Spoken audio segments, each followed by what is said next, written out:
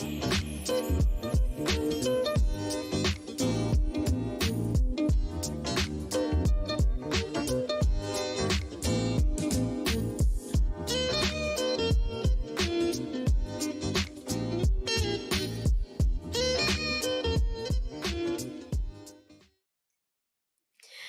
Lara.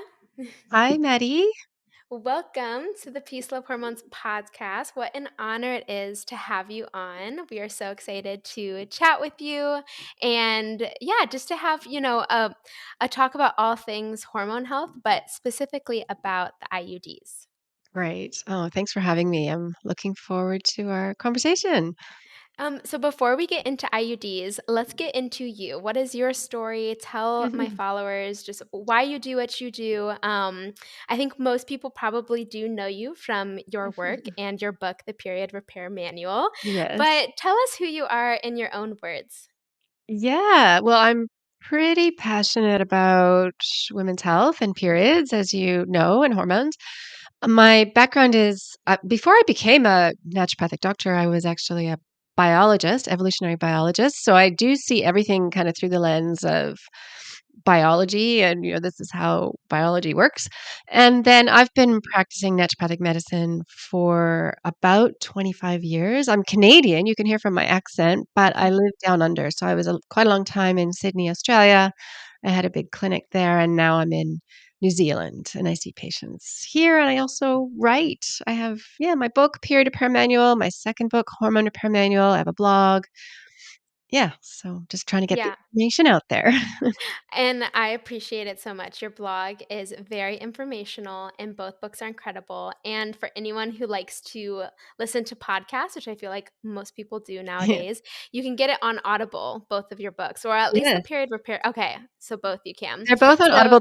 The second one is narrated by me, which was a little challenging, but yeah. And also, I have a podcast as well. My podcast is super. They're just like little less than 15 minutes, little explanations of things. My last one was on the supplement inositol, which is, if your mhm. listeners have heard of that, I decided that required an explanation that I wanted to Yes. provide to the world.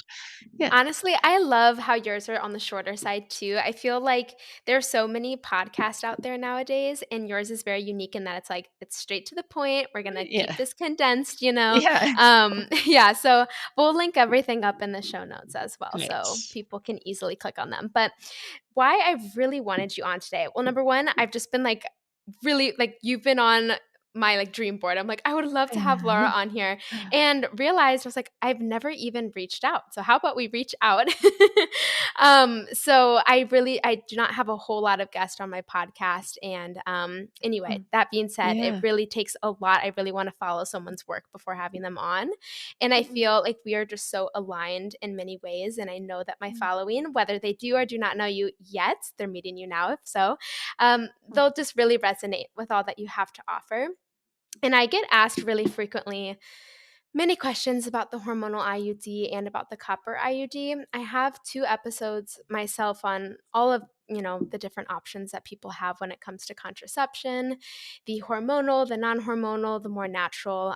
My jam is the symptothermal method, which Yes. is a fertility awareness based method. So that's what I've been doing. That's what I can really speak confidently on. I've never had an IUD myself, so I've studied them, of course, and I know how they work, but I've never had one myself. I've just been with a bunch of women who have been on an IUD, who've had an IUD inserted, and everyone has different experiences. So I would love to just talk about, like, just factually speaking, break down the copper IUD and the hormonal IUD.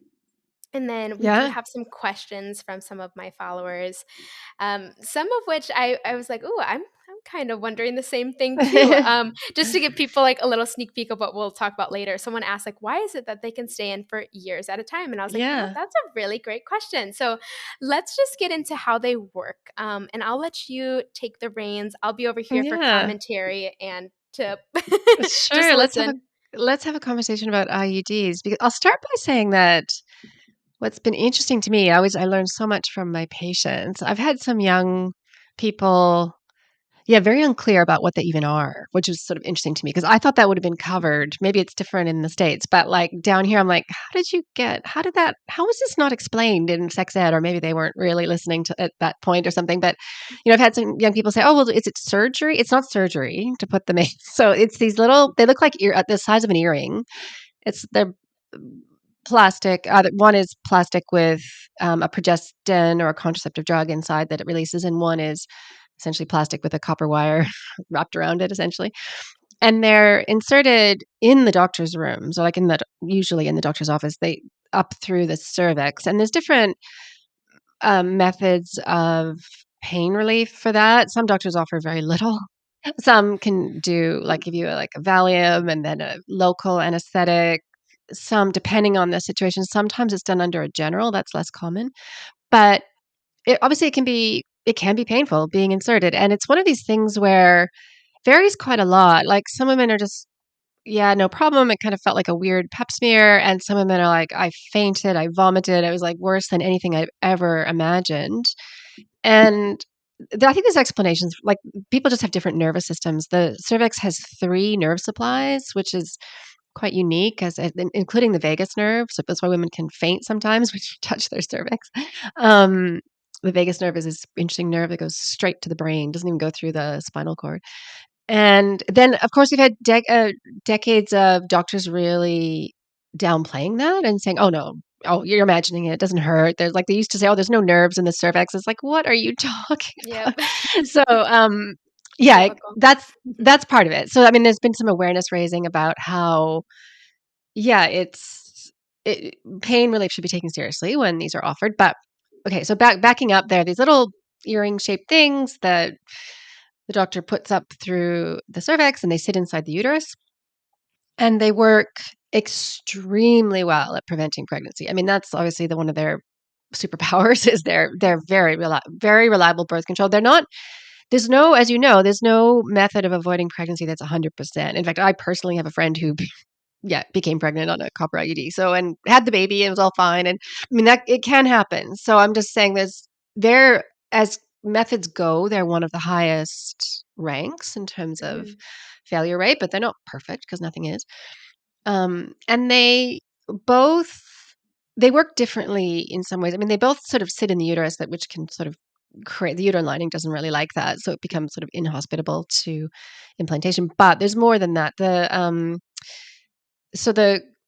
progestin releasing one, the hormonal IUD, and that's either Mirena or Kylena or different brand names, purely just depending on a dose of the drug, basically the amount Mhm. of the drug that's in it. Um, that releases a progestin called levonorgestrel. It's not progesterone. So everyone listening, like, just to be clear, that was one of my big messages is progestins are not progesterone. They have quite different effects in the body, including in the brain, in the breasts. And we do know that the progestin from the hormonal IUD does reach those areas. It used to be, oh no, it's only local, it doesn't affect anything else, but it does. We know it's affecting the brain and the breasts as well, Mhm. which to a lesser degree than the pill would. So it's not, it's not a disaster that that's happening, but that's just the reality. So the hormonal IUD, that progestin, um, changes cervical fluid or dries up cervical fluid. So you know all about your Mhm. fertility awareness-based methods. So if you suddenly have no fertile mucus at all, basically the sperm can't survive. And also it thins the uterine lining. The progestin thins the uterine lining. So there's nothing, it's going to obviously be very difficult to achieve pregnancy with that combination of things. So that's its main method of avoiding pregnancy is just to not let any sperm in and then not and there's no lining to implant. And um it sometimes does inadvertently also suppress ovulation, but it doesn't work. That's not its primary method of action. Like the combined pill, its primary method of action is to suppress ovulation. The hormonal IUD can allow cycling, which is a little interesting. You can still track, especially after the first maybe 12 months of having it inserted when the dose of the drug is lower. Some women do cycle, so you can still do fertility awareness based method, not the mucus part, but the you can still DBT. you can still do BBTs. You can still Mhm. see the change in if you're ovulating. So that's quite interesting. And one of the things I say, you'd appreciate this as a fertility awareness person. Obviously, with the combined pill, it's a weird situation because you have these fake bleeds, which are not a cycle. So on the combined pill, you bleed but don't cycle, which makes no sense. And like, there's no point in doing that. And on the hormonal IUD, weirdly, you can cycle but not bleed. It's one of the few situations, as you know, like if you ovulate, you are going to get a period approximately 2 weeks later, unless you're pregnant. For example, obviously, pregnancy would be the main reason you don't get a period. But there's a couple other, or you have your uterus has been removed, or the hormonal IUD is another situation where you can ovulate but not go on to bleed, just because the uterine lining didn't grow enough to shed. So that's the hormonal IUD, and then obviously it makes periods much lighter in general, Yeah, much and lighter. I Yeah, and I will say yeah, it's interesting. So, even you just talking about all of this, and yeah. I'm kind of just like thinking as you speak. So many women who have had the IUD inserted say that they are no longer cycling. I wonder if it's because they haven't been properly educated that you may still be ovulating, but you're not bleeding. Bingo. And Yeah. I'm sure there are, I don't want to discredit, I'm sure there are many women who do have the IUD and are tracking BBT, for example, and they're seeing like, nope, I'm straight up not ovulating. So that is interesting. I wonder Yeah. like what the split is, right? Of like women who are like confirmed ovulating versus on the IUD, right? Confirmed ovulating, but they think they're not having a period and they're not ovulating because they're not bleeding. I'm like getting turned around in my head right now, Yeah. but you get where Yeah. I'm going with this. Well, Yeah. there are some studies, I forget what the latest stats are. Like I said, it's so younger women during the first 12 months after insertion, they're the ones who are more likely to have ovulation suppression. And I think in that cohort, in the first 12 months, maybe 80% of women have ovulation suppression. But then, especially older women who have a kind of a more robust cycle, they'll bounce back. And so you are exactly right. That's why I said bingo. Not seeing a bleed on the hormonal IUD, this very unique situation, doesn't mean you're not cycling. And as you know, ovulation and the fact that ovulation is how we make hormones, it's ovulation. My big thing is ovulation is good for you, it's good for us, it's beneficial for general health, not just to make a baby. So this is where actually the hormonal IUD sits it's quite unique in the whole range of methods of hormonal birth control because it can allow ovulation and therefore to make your own hormones, which is awesome, but not have to deal with a bleed, which is Mm. in some ways kind of the best of all worlds. Although, to be fair, there's pros and cons of all methods. And like I said, the progestin, the levonorgestrel does still affect the body in some ways. It's quite androgenic, which means it's very testosterone-like. So some women get skin breakouts on it. It can Mhm. cause weight gain because anything that's sort of testosterone-like tends to cause weight gain in the female body. So in answer to your question, yeah, women can't just say, "Oh, I'm not bleeding, therefore I'm not cycling." That's not correct. They may still be Right. cycling. And it gets so confusing, I think, for many women too, especially who want to adopt the cycle syncing or cycle tracking method. And Yeah. they're confused because they're like, well, do I have I'm not bleeding, so I'm not really having a period.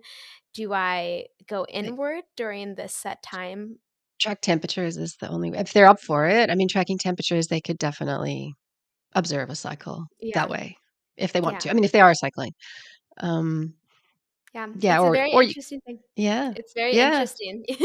It's very it is. it works, very oppositely than the pill, which It most of us are is. used to. And to like backtrack, you said in the Yeah. beginning, you're like, I don't know what you're doing over there in the States for sex ed. Very little. Yeah, That's right. to answer your Okay. question. It is very little. Everything that like for example that I know, I've had to go like way beyond like out of my way to learn anything about my cycle. And I mean, you still go into your gyno's office here and you know, the pill is still being overly pushed for anything and everything. And yeah, it's very different over here in the States. I'm not sure how it is in New Zealand. Hopefully some changes are happening. But I think I saw actually a follower had sent me an article about how was it Australia or New Zealand where I don't know, like the title was like doctors are concerned because more and more women aren't wanting to take birth control. Right. Was that in New Zealand or in Australia? I don't know. One of my followers had sent it to me a few months ago, and I was like, Yeah. "This is a good thing." Well, it's funny because they say birth control, but they really mean the pill. They So mean the just to, pill. as Mhm. you and I know, there are other methods of avoiding pregnancy. It doesn't mean young Right. women are refusing to take anything to help them avoid pregnancy. I mean, Mhm. that's not quite what's happening. Um, Another thing that young people have said to me that's sort of interesting is, oh, well, yeah, condoms don't work. I'm like, they totally work. Condoms work. Like, what the They heck? do. Where's that coming from? I mean, just as a little plug for condoms, I'm a pretty big fan. I Yeah. think, I know this isn't a podcast about condoms, but like the main thing is get a good quality one that Mhm. fits the man properly. My goodness, that is like Yes. key for Yeah. no slipping or like, because penises come in different sizes. Yeah. Um, and Yeah. then I Non-toxic Yes, and non-spermicide so that you don't get mhm. UTIs from it. And then I think easy access to Plan B or the morning after pill in the unlikely event and if of a condom failure. And if you're also tracking and if you know you're like, "Oh, darn, yeah, the condom broke during my fertile window," Mhm. um, you have that information. My feeling is women should have over-the-counter easy access to Plan B in that situation. It just adds Absolutely. another layer of, and it just works by suppressing ovulation, which Mhm. is, you if you ever have, even, in the unlikely event of a condom breakage or failure or slippage, that might happen like once every 3 years or something. That's, in my view, taking the contraceptive drug one time to prevent ovulation in one cycle is better than having to take it every day, every cycle. Absolutely. Yeah. I totally agree with you, and, at the end of the day, when we're doing that, right, like, when we're using a barrier method, when we're in our Yeah. fertile window, we're cycle tracking, Yeah. we have that plan B whenever is needed, Yeah. like you said, hopefully it's, perhaps even never, but, like, It every might be once every never. few years, yeah. Yeah. So, that is, like, to me personally gives me so much more comfort and the Yes. sense of, like, "Oh, I am so in control over my Yeah. fertility." Whereas, you said that you've known a couple people who have gotten pregnant on the IUD. My mom Yeah. was on hormonal birth control when she had both of my older siblings, and so Yeah. she was on the pill. And so at Yeah. that point, she was like, "Alright, I'm done. Like, clearly, Right. this isn't Nothing working works. for me. I'm very fertile." So anyway, yeah, I mean, nothing is 100% effective, No. aside from just not having, penetrative intercourse. That's the Well, only yeah. sure. Yep. Yeah, Yep. And that's not what everyone wants to, yeah, fair enough. So, right. yeah, okay, so great. So then the copper IUD, we'll just finish kind of the explanation. Yes. Its main mechanisms is the copper ions are not friendly to sperm. So I think there is like a spermicidal effect from it, Mhm. essentially. And then also the fact that it um, makes it difficult. The uterine lining is not very receptive to implantation when it's dealing with the copper IUD sitting in there. So yeah, that's essentially how it works. Obviously on the copper IUD, hormones are unaffected, like you cycle. Um, Normally, periods are generally heavier. Um, Probably just from the little bit of kind of low grade inflammation that's set up in the uterine lining from the copper IUD. They say they're like 30 to 50% heavier. So whatever your period's like, maybe a third that again, especially in the first year after insertion. I mean, in some ways, I don't. I mean, in some ways, I'm like, wow, the copper IUD feels a little barbaric in some ways. But I mean, I say that word. It's obviously there's pros and cons, but it's a popular method, and even a lot of naturopathic doctors choose it. So for whatever that's worth, that's a fact. Big picture. I think it's still better than shutting down your hormonal system with the Mhm. combined pill, like from a health perspective. Yeah. Absolutely. Yeah, it goes in, like, I feel like the most impactful being the Yeah. pill in terms of, total Yeah. body mind system, and you slowly move down the line, Yeah. whereas, like, the other end of the extreme, so to say, I don't wanna make it Yeah. sound extreme, but it's like the 100%, like, no hormones, no copper IUD, you're just Yeah. tracking your cycle and really trying to get to know your body, to know your cycle. And I think Yeah. what's notable too, I'd love for you to touch on this is, so a big reason I'll just speak on my personal experience why I did not choose the IUD either form when stopping the pill was the idea of having a foreign object in my Yeah. uterus and having it be plastic too. So I feel like too, I mean, it's a trend now, but also like for some of us, it's just how we were kind of raised as well as like, let's not cook things in plastic. Let's use a lot of glass. I was raised more so like from like an environmental standpoint of like use less plastic. And then as I got older, it's like, oh, it's actually really, it's better for our hormones. It's better for our health to, stay away from the plastics, opt for more glass. Like our entire pantry is just reused leftover glass bottles and mason jars. So, for me, at that point, which was years ago at this point, when I was offered that by my gyno, I it made me super uncomfortable, even just the idea of having a plastic object in my sacred Yeah. area. So I would love for you to Yeah. talk about that. Yeah, I don't have a lot to say, but I mean, I doubt hard to know how much, exposure there would be to some of the plastic, the compounds, like if there's like I'm just not really sure kind of what's if there's phthalates or, what amount of that would be coming off that. I'm not sure. It's a good question. Yeah, I'm not sure how much women would actually be exposed to, certainly compared to like probably big picture, the amount that's, plastic residue that's in food and various Right. other things. It's probably quite small. Um, like so many things we just don't really know. Mhm. One of the things that makes me most uneasy, a couple of other things about the IUD. So, I mean, um, I'll just say, like, we can put the links in the show notes. I have a couple blog posts called "The Pros and Cons of the Copper IUD," the pros and cons of the hormonal IUD, where I try to talk through all the different pros and cons. Obviously, it's big picture. I think they're reasonable options for women. A lot of my patients use both methods, so I'm not anti them. But I might just because your listeners might be interested into a couple of the things that I am sort of have thoughts about as a biologist more than anything. Mhm. Just Absolutely. so yeah. So one is that um, there has been an observed side effect from both types of IUD, which is super interesting. Of some women get anxiety. Now, no one knows exactly why. There's speculations. Is it the copper, affecting leaking into the I mean, I think we are exposed to a little bit of copper from it. Mhm. Um, I mean, copper is not toxic exactly, although having too much is not a good idea. But I mean, there's copper in food as well, just to put it in context. So Mhm. then, and the hormonal IUD, you think, well, it's probably the contraceptive drug. The levonorgestrel is known to affect mood negatively. So there's that. But then also for me, I just keep coming back to the vagus nerve. So the cervix is very interesting part of the body, super interesting. It's got a lot going on. Like I said, it's got these three totally separate nerve supplies, including the vagus nerve. I don't know if you've ever talked about the vagus on your podcast Mhm. before, or if you Yeah. another maybe episode you can link to. But Yes, I'll link to it, but yeah, my focus with that episode was more so, just overall healing, but especially with the digestive right, system. so it affects digestion. Yeah, it affects a lot of things, and it Mhm, definitely affects mood.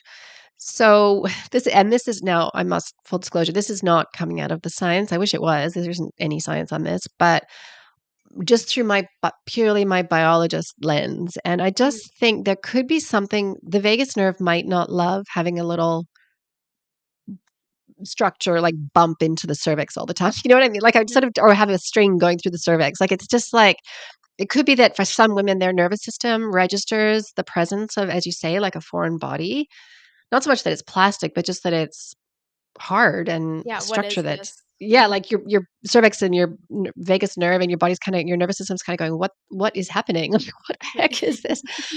So I don't know. I mean, that's purely speculative, but it partly to me explains why some women they just get really strong anxiety and then it's instantly resolves when they pull it out. Now, Mhm, not everyone gets that. Some women are totally fine. So I don't want everyone thinking, therefore that's always going to be the case. I want to try to give somewhat of a balanced view on this. But the other thing that through my lens as a biologist, I'm a little concerned about is the way IUDs change the microbiome of both the vagina and the uterus.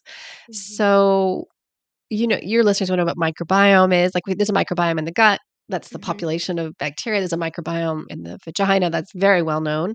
Our mhm, vaginal microbiome is hugely important, actually.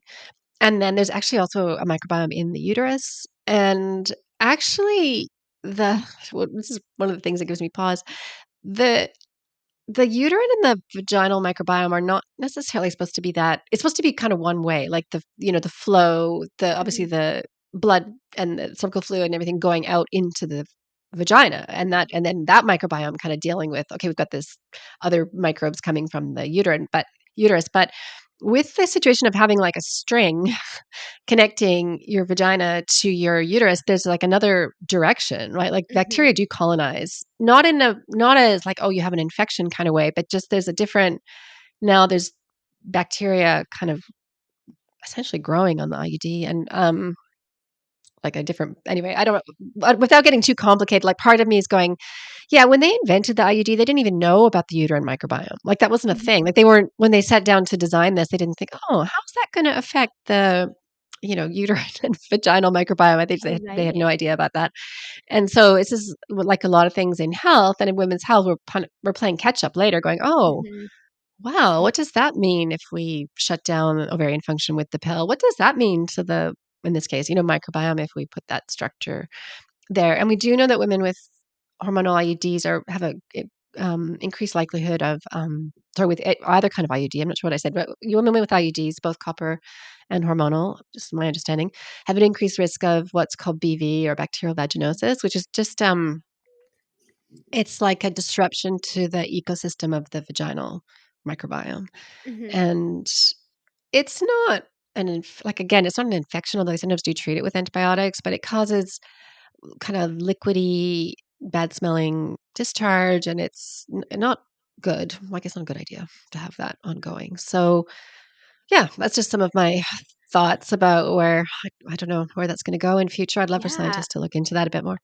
Maybe, yes, maybe we gotta start looking into ourselves. I think what I wanna, like, remind everyone too is that, a lot of these, like, all of these forms of contraceptive are they're in their infancy compared to just tracking our cycles, like, that has been around since, we have better methods for it now, especially with our BBT trackers, and, we Yeah. have more advanced technology when it comes to that, versus just, kinda looking up at the moon and seeing, like, "Where's the moon at?" "Here's my cycle," which some of us are linked to the moon, which is beautiful as well. Um, but anyway, that to be said, the pill, the IUD, these forms, they are still new, in my mind, they're very, very new. And we are still discovering and learning so much about female anatomy, about our cycles, about hormones from like the science lens. And so to just be okay and, at least maybe you're not like happy about it, but to acknowledge and be okay with the fact that a lot of this stuff we are like still testing it out, right? So to just know that like we don't have all the answers Mm. either. No, definitely. That's true Yeah. for a lot of medicine, but it's definitely true. And it's we have a short memory too. So we think, oh, we've always had the pill. No, we haven't actually. It's only been like essentially 3 generations, maybe three or Yeah. four, depending on the size of the generation. But yeah, for young people, they're like, oh, well, that's just always been around. But it's within living memory of some people. They can remember a time before the pill Yeah. was invented. So yeah. Totally. And were you in, if correct me if I'm wrong, but you were in the Business of Birth Control documentary? Yes. Yes. Yeah. Okay. Yeah. I was at the premiere in Austin. And yeah, for anyone who hasn't seen that yet, please go see it. I actually have a Yeah. podcast episode with a few of the people on behind the scenes team of that Yeah. documentary. Awesome. But yeah, just, that was a kind of slap in the face reminder of like, no, it's very new, right? The pill, and have had some serious side effects and consequences for many users and their families that have just kind of been brushed under the rug, right? Like you have to really dig deep to hear about these stories. Well, and with the story with the pill, I mean, just broad strokes, there's always been this, I don't know what phrase to use, but just not believing women. Like, it was invented, and then women are going, actually, I think it's causing uterine cancer, like women, or it's causing strokes and uterine cancer. Mhm. Those were like kind of the first couple things, the strokes. And then they're like, no, no, no, no, no, no, no, no. Oh, actually, yeah. Oh, actually, sorry. Yeah, it is. So therefore, we'll make these adjustments and now it's all going to be fine. And then we've got, decades of women going, it affects my mood. Like it caused depression. They're like, no, no, no, there's no mechanism by which it would do that. That's completely wrong. And then it's like, finally in, the last 10 years or so, it's been, Oh, actually, yeah, it does affect mood. And oh, actually, it actually changes the shape of women's brains. And if you take the pill when you're young, like a young teenager, then you, even after you stop the pill, you go on to have a 3 times higher risk of depression. It's like, oh, yeah, that's actually a thing. It's like, Mhm. wow. Like, so the women back in the 70s going, it affects our mood. And they were being told, no, you're just like imagining things. This is like the story of, yeah, the pill, unfortunately. Right. In your eyes, do you feel like you've seen improvement in terms of, I don't even know how to phrase this. This is just something I am thinking of right now, but have you seen improvement in the whole like women empowerment, perhaps even the like feminist movement of, we want options, of course, but we also want everything to be laid out on the table, right? So when we're going into the doctor's office or into our gynecologist's office, that we're told these side effects for the pill and that we are given other options as well. Do you see any improvement in like that? Um, I mean, yeah, I in want that in that yes. journey. I think there is a shift away from the pill to the hormonal IUD, which is good that we're doing this episode because I'd say the young people are. I think it's less and less common to be on the combined pill or the Mhm. patch or the needling. It still happens, but it's kind of shifted to the hormonal IUD. And I do get. I don't know. It depends on the doctor. I think genuinely for some of them through their lens, they genuinely can't understand why women would say no to the hormonal IUD. They're just like through that, they're like, "What? Why?" Like, it's gonna like be so effective at preventing pregnancy. It's gonna make your period go away. Like they're like it reduces your risk of, uterine cancer. They're just like, I don't get it. Like, why on earth would you not take it? Like that's really their perspective. And I think that's still happening. And I just think they don't well, I just don't think they don't have all the information. Obviously, they don't think about it through the lens of the fact yeah, I mean, the fact that well, in terms of the combined pill, they don't think about the fact that suppressing ovulation can have a cost well and beyond just Mhm. the fact that you don't become pregnant.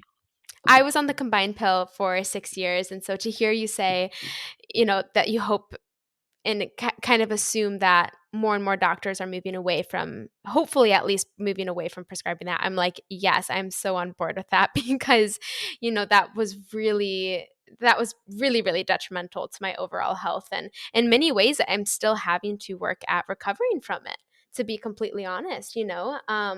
So it really does, it wreaks a lot of damage on our entire ecosystem. So I too hope that Yeah. people are moving away from that one. Heck, who even knows? Perhaps We listening to our podcast. yeah, we need some just big picture, we need some more methods. I'm also a huge fan of fertility awareness-based methods. So if that works for people, that's great. Maybe the combination with condoms and Plan B, like we talked about earlier. But also, I think there are some new male methods coming at some Mhm. point soon. I keep thinking they're about to be released and then they're still undergoing clinical trials.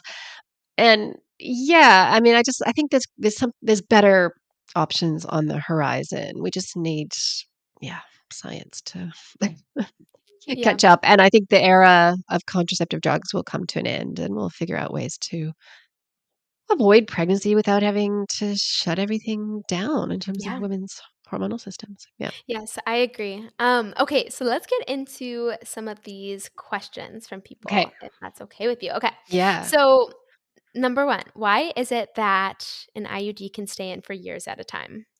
That's the copper IUD. Mhm. So, yeah, I was curious just thinking about that actually, how they decide how long it can last. I mean, at some point, I think the idea is it will just need replacing because it might be starting to, the material maybe not going to hold out longer than that.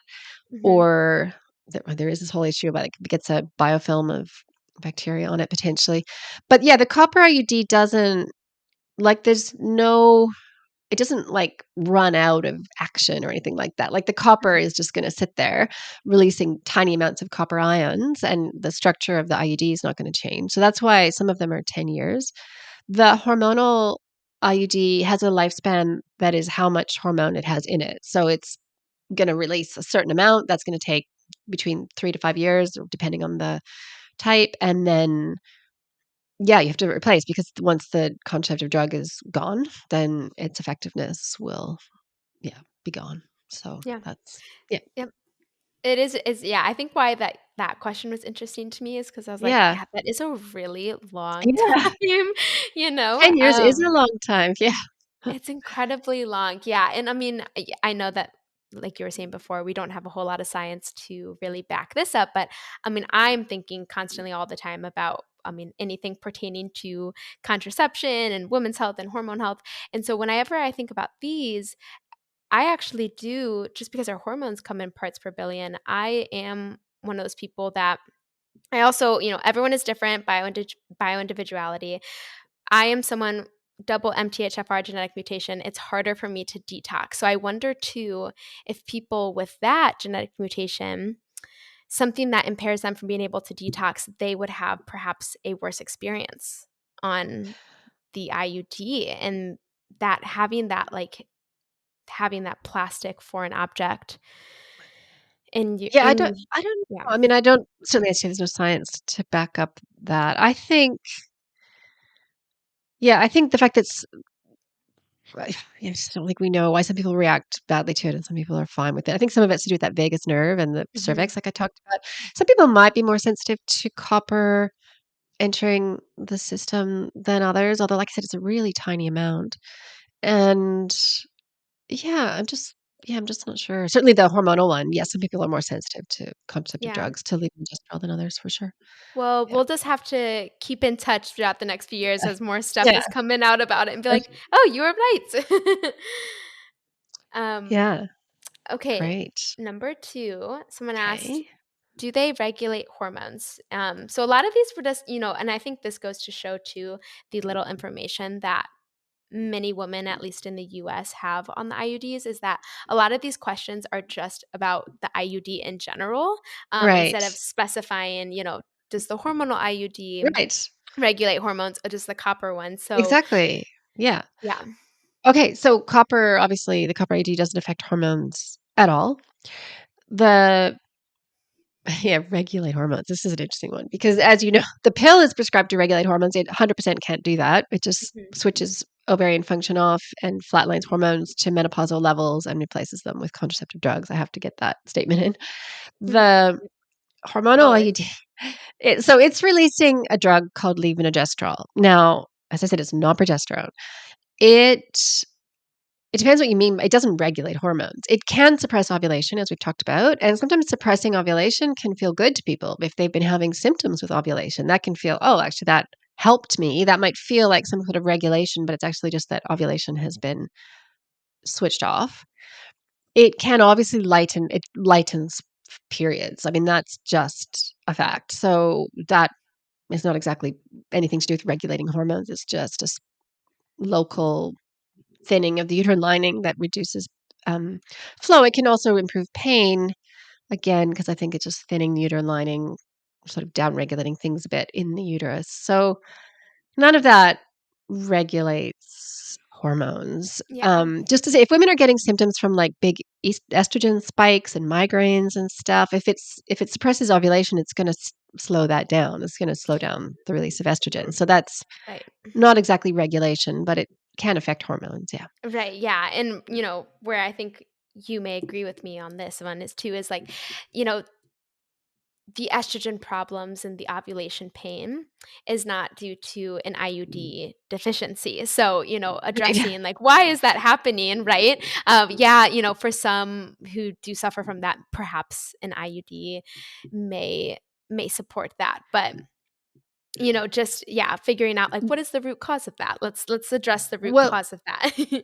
I'm a big fan of using the right words for things. So all types of contraceptive drugs can relieve symptoms.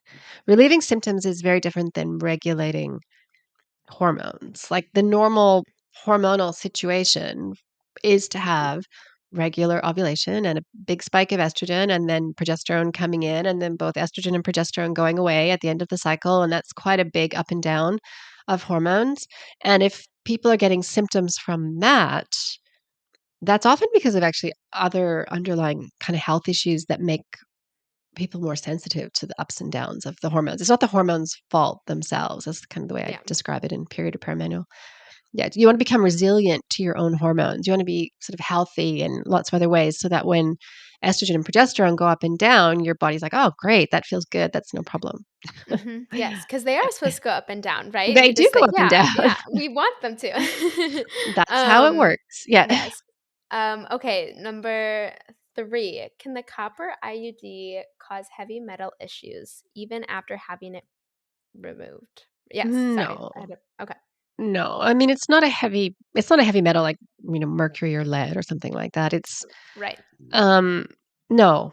No. It's like I said, some copper ions will enter the body, but as to what the significance of that, and copper is going to be cleared. There's copper in food, just to be clear. So we are constantly and copper is a nutrient. So I Yep. mean, not that that you want to use an IUD for that purpose, but like I'm just saying, copper is not a poison or anything. Like Yeah. it's a normal mineral that we have. It's in balance with zinc. So it's quite a bit of discussion around like you want to have, enough zinc to sort of counterbalance copper. Mhm. Um, yeah. So an answer, no, it doesn't cause heavy metal toxicity. Heavy metal refers to mercury, lead, things like that. Yeah. Yeah. Thank you for clearing that up. Okay, Yeah. number Yeah. 4, someone asked for the side effects after removing an IUD, which Well, really I mean, we talked about this earlier. It's really just supporting your gut microbiome, your vaginal microbiome, your uterine things microbiome. should just feel good. I Yeah. mean, so removing the copper IUD should be a nothing event. Like your period will probably get lighter, but you've been cycling anyway. So this should be no changes having the copper IUD come out. Having the hormonal IUD come out, your periods will get heavier and you could start ovulating again if it had been suppressing your ovulation. So if starting to ovulate again causes symptoms, then that's not exactly a side effect of having the IUD out, if you know what I mean. Like, it's just removing something that was suppressing and masking the situation and then removing that, and then you see what's underneath it, what's actually your body is actually doing, Yeah. be the way to describe it. Yeah. We'll have these all written down too, like, it's like rapid Yeah. fire. So Yeah. we'll have this Yeah, it's all all good. It's good. in the show And notes as well. they're interesting questions to me too, because I do get a lot, like, I learn a lot from the questions I get from my followers and my Mhm. patients, and just to try to understand, yeah, kind of where the gaps are, what people, as you say, what they didn't learn in sex ed. Yeah. Um, Not so yeah, yeah. not a lot over here. Yeah, and, they're genuine, like, real, raw questions as well. Yeah, I love them. They're good. I always love posting on my stories before podcasts because, the way that we would structure our own podcast without, like, input from other people is very Yeah. different than with their Yeah. input. So I really appreciate everyone's Nice. Yeah, I questions. like listener questions too. Yeah. The All next right, one, next. I switched from the hormonal to the copper IUD, and I have been experiencing a lot of anxiety. So this one is more of like a statement, but perhaps she was looking for some understanding as to why that would Yeah. be. But we talked about that. But it's interesting because you were saying, your hypothesis, which I'm so on board with. I, Yeah. firmly believe that, Yeah. the vagus nerve, the more that I learn about it, I'm just like, Yeah. literally mind blown. And but that would be with both IUDs Yes, because, exactly. That would be both. I think one possible explanation, again, it's hard to say what's going on with that individual, but as we said, in some people, women, the hormonal IUD suppresses ovulation. So it could again be that unmasking, like that, removing the brakes on ovulation, and now cycles are starting up. And some of that could be like, the kind of histamine anxiety reaction women can get around ovulation and then premenstrual, and that's all Mhm. kicking back in if Yep. it had been suppressed for a Right. while. That would be possibility. One possibility. But do you not agree with the belief that the copper can cause the anxiety, like Right. Well, copper toxicity? I just don't know.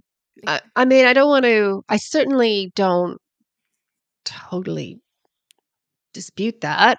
I just, I just don't think it's enough copper to actually do that. But I mean, I could be wrong about that. But I know that's the common explanation that's given, and probably some of your listeners are like screaming into their earbuds right now. So, it's possible. It's possible. Like there is one in my book. I do quote one study, like one. There's almost no studies at all, but one study where they found that women with the copper IUD do have higher serum levels of copper than women without. So Mhm. there is some copper entering the system. And maybe some people are more sensitive to it, as you say. Like Yeah, maybe that's just for whatever combination of reasons. It could be partly the copper. I'm just not yeah. sure.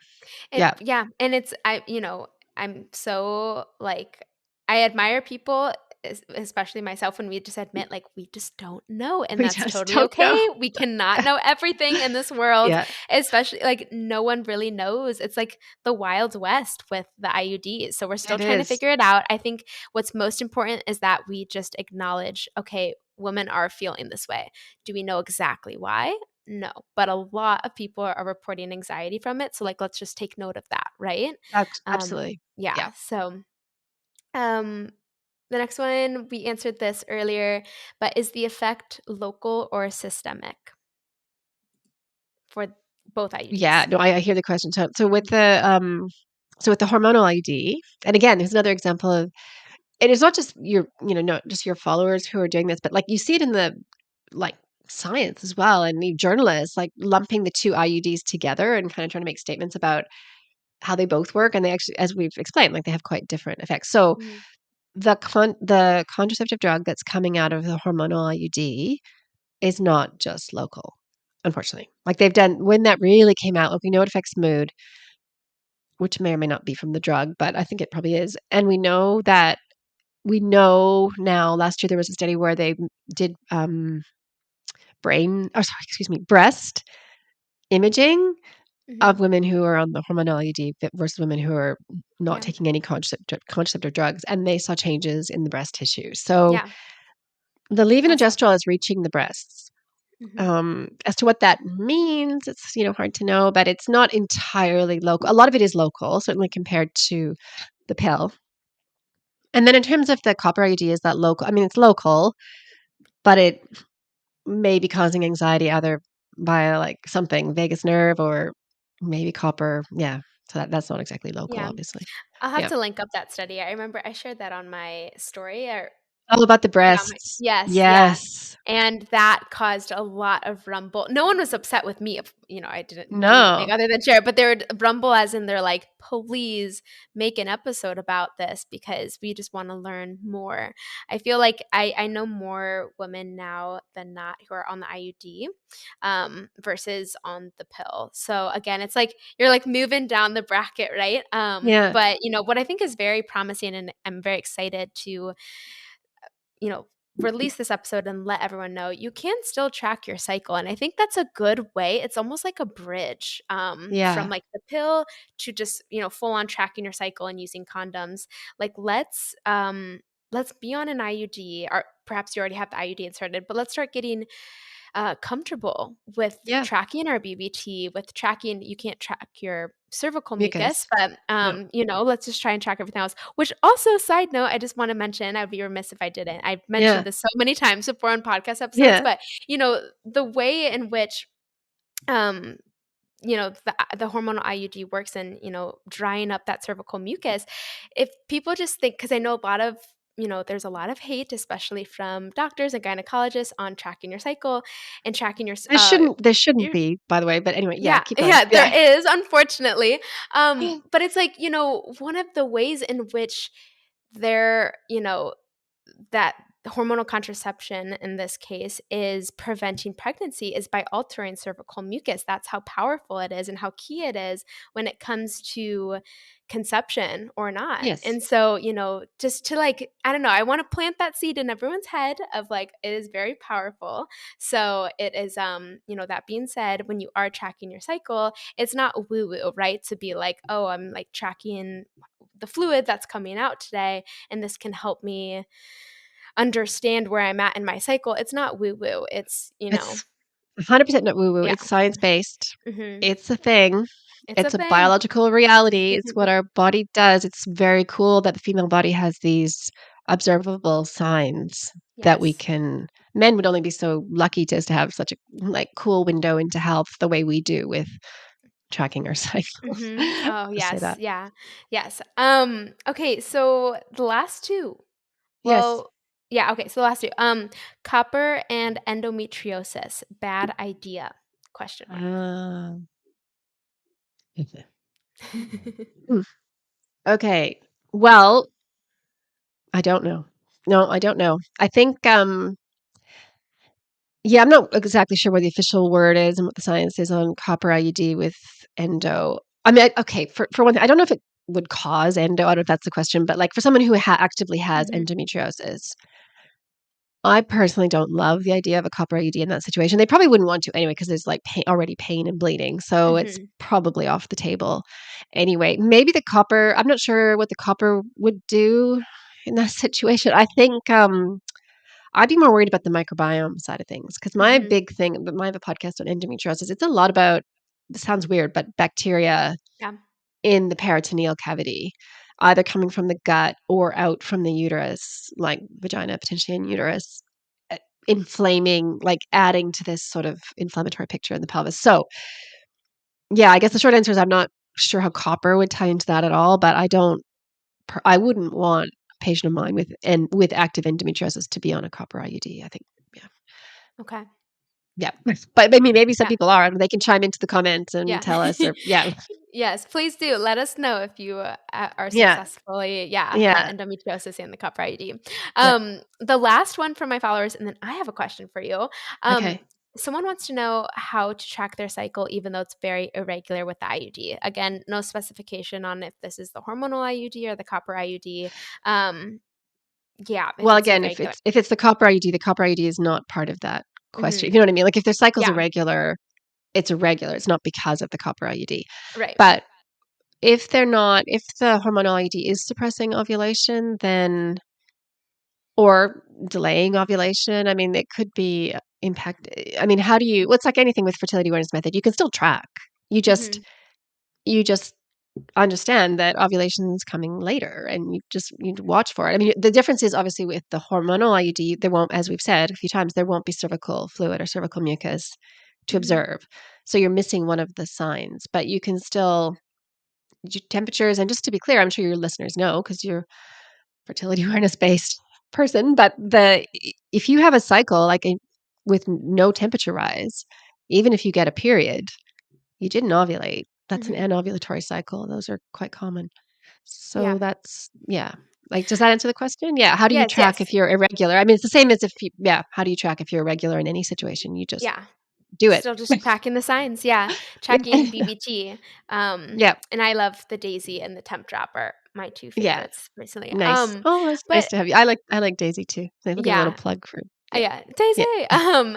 so, okay, but another connection I just made is so going back to the vagus nerve and how important that is, and we're still learning more about it, Yeah. and how much that impacts our nervous system as well, and when that's dysregulated, a whole cascade of negative health effects can happen.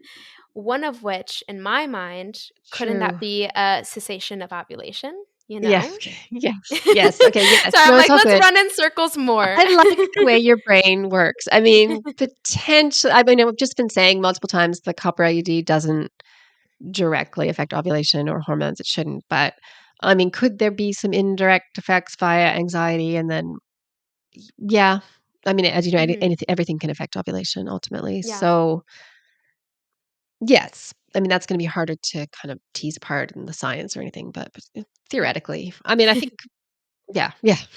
I like the way your I'm just brain gonna works. yeah, thank you. I'm just Yeah. gonna make the scientists run around in circles. Is there a place where I Yeah. can submit all my They're not questions, gonna requests? study they're not gonna study that. I think, the chances of any scientist studying anxiety from the copper IUD, I think is 0. I don't know, maybe Yes. I'm just I just well, they just don't have time. Like, they're trying to get some of the most basic things, to be understood, so there's lots of these gaps that are probably never gonna be understood, unfortunately. Yep, unfortunately. Okay, Laura, my last question for you. What is your favorite way to take care of your hormone health slash overall health? Because we know that hormones are really just the messenger. So, what is like your favorite way to just take care of your whole ecosystem? Yeah. No, it's a good question. I get that question a lot. Um, feel good. I guess that's what I would say. Like, feel good. Whatever it is, because there's all different ways to not feel good. Like, you could be under eating, you could Mhm. be binge eating, just to give an example of two different things. You could be, you know, stressed, you could be working night shift, you could be like this on a medication that's interfering with your hormones. So the goal for hormone balance is regular ovulation. And there are lots of ways to lose ovulation. So it Mhm. does require taking a minute to think, what do I need? What is it that I need? Yeah. And you need to feel good. And I guess if my favorite feel good thing might be magnesium, which I do Yeah. often like to mention because it's just so soothing and calming and Mhm. helps premenstrual mood and makes everyone sleep and feel better. Yes. Yeah. Yeah. Yeah. I love magnesium as well. Yeah. Well, thank you so much for Yeah. joining me. I hope that everyone here thought this was a very informative episode. We are going to Yeah. have the show notes written out as well too, because if anyone's like Awesome. me and prefers to read things, I always have that Yeah. option. But thank you so, so much. Please let people know where they can find you, what your prefer, because we'll have everything linked up. But Yeah. like, Yeah. how do you prefer people reach out to you, Lara? Oh, good question. I mean, I have a forum actually too, which I don't answer every question on there, but I try to drop in and answer questions. And if you just, I'm just putting it out, if you as another practitioner wanted to chime into the forum and answer some questions there, Yeah. please do. You can put in your signature like a link to your site. So yeah, where do people can reach me? The best thing is to start with my book, probably for your audience, Period Repair Manual, because that will give you a lot of the information. And then you can find me on social media at Lara Briden. I've got a podcast, Lara Briden Podcast. Yeah, it's pretty easy to Yeah. find. Yeah, and a Awesome. blog. She's the bomb.com, everyone. Please go check her out. We'll link everything Yes, up. And until next time, perhaps we'll have you on again because this was just so awesome. it was lovely. Until next time, peace, love, hormones.